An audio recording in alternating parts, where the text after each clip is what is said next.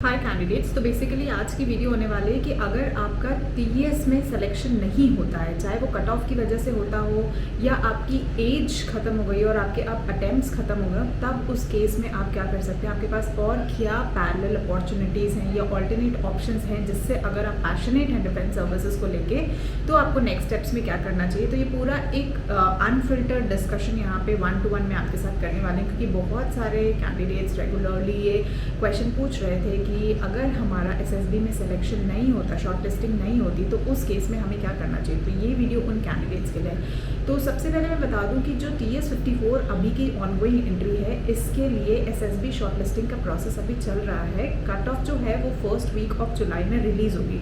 अब जैसे मैंने आपको पहले भी ये इन्फॉर्म किया था कि जिन कैंडिडेट्स की रैंक जेईई मेंस में 3 लाख के नीचे है वो तो शॉर्ट अपनी प्रिपरेशन कर सकते हैं।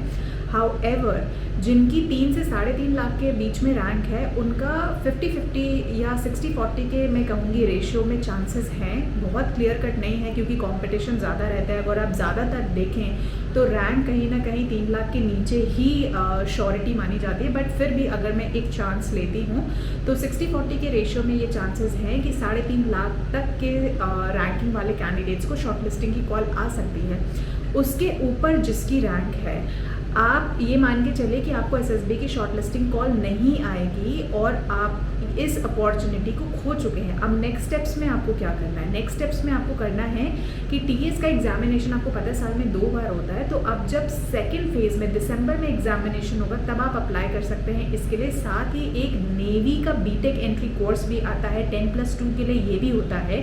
जैसे आप टीएस में डायरेक्टली अप्लाई करते हैं, वैसे नेवी में भी ऑप्शन आता है कि आप डायरेक्टली क्लास 12 के बाद basis on your percentile, basis on your 12th marking apply कर सकते हैं। हाउएवर नेवी में अप्लाई करने के लिए जो पीसीएम का स्कोर है वो 70% एग्रीगेट चाहिए और टीएस में आपको 60% एग्रीगेट चाहिए था।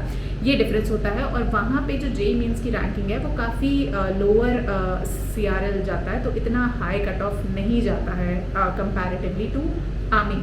अब बहुत सारे ऐसे भी कैंडिडेट्स हैं जिन्होंने बोला कि मुझे चोट लग गई, मेरा हाथ फ्रैक्चर हो गया, तो क्या मुझे एसएसबी इंटरव्यू के लिए जाना चाहिए या नहीं जाना चाहिए। तो I am telling you candidates की जिनकी श्योरिटी है, जिनको लग रहा है कि वो एसएसबी इंटरव्यू में जा सकते हैं, उनकी शॉर्ट लिस्टिंग हो सकती है। प्लीज़ आप अपने आप को बहुत संभाल के रखिए इस फेज़ में।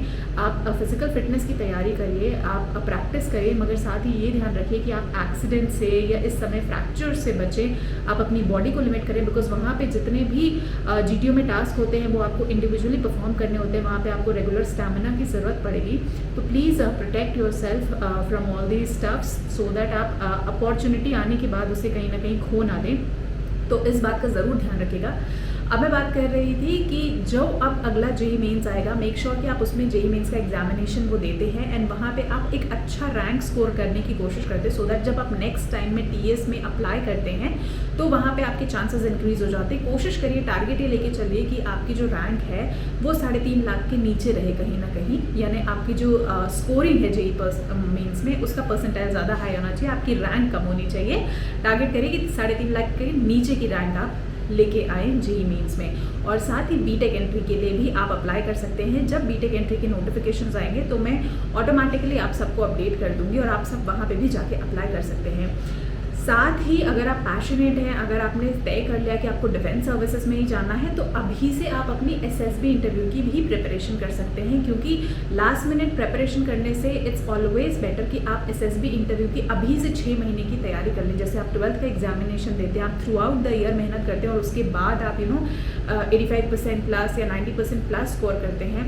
उसी तरह एसएसबी इंटरव्यू को क्लियर करने के लिए, क्योंकि ये वन टाइम अपॉर्चुनिटी होती है, मतलब इट्स नॉट कि बार बार आपकी शॉर्ट लिस्टिंग आती रहेगी, कंपटीशन ज़्यादा है, सो काफ़ी ज़्यादा अनसर्टेनिटी होती है उसकी सोल्यूशन। तो जो वन टाइम अपॉर्चुनिटी होती है उसको वन टाइम में ग्रैब करने के लिए आप अभी से अपनी प्रिपरेशन कर लीजिए। एसएसबी के सारे टेस्ट को जानिए, एसएसबी की प्रैक्टिस करिए और अपने आप को, अपने अंदर उस हॉबीज़ को डेवलप करिए, बिकॉज बहुत सारे आपको बिहेवियर चेंजेस भी करने पड़ेंगे, बहुत सारी हॉबीज़ भी डेवलप करनी पड़ेंगी।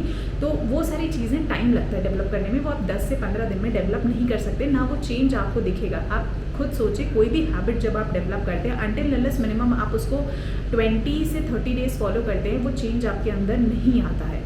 तो उसी तरह एसएसबी में अगर आप कोई हॉबी डेवलप कर रहे हैं, आप अपनी कोई पर्सनालिटी चेंज करना चाह रहे हैं, आप अपनी किसी वीकनेस को स्ट्रेंथ में चेंज करना चाह रहे हैं, तो उसके लिए it will take time and आपको कम से कम ये टाइम फ्रेम यूटिलाइज करना चाहिए।